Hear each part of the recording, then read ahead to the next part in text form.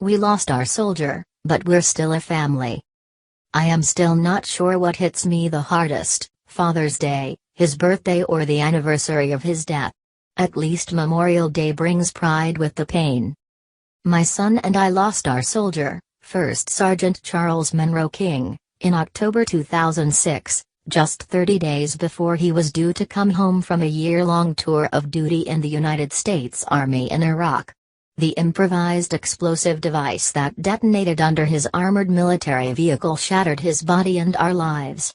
Jordan was just 6 months old and met his father only once, during a 2-week leave from the war.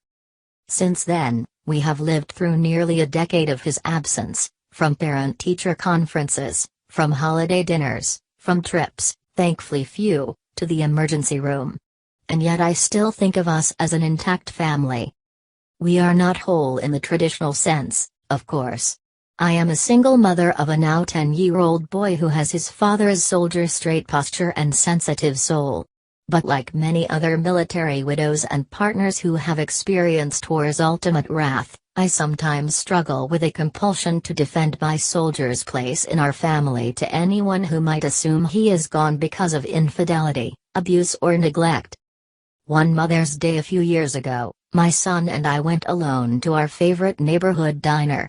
The owner handed him a rose to give me, escorted us to a cozy table near an open window, and offered me a complimentary glass of champagne. Jordan toasted me with his Shirley Temple and handed me the flower.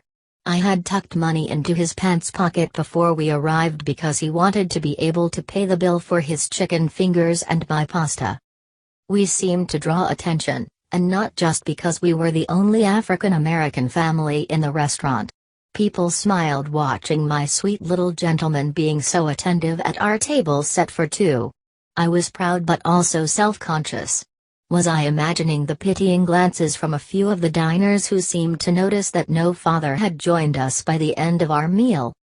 No, it's not what you think, I wanted to shout.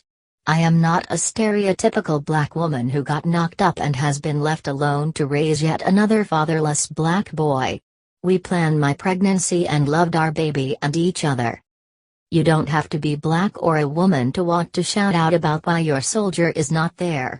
I am sure that many military spouses and partners of all kinds have felt the same need when they arrive alone for Parents' Day at summer camp or during spring break vacations. But I am particularly sensitive about how our family structure might appear because of the disproportionate number of single mothers who look like me.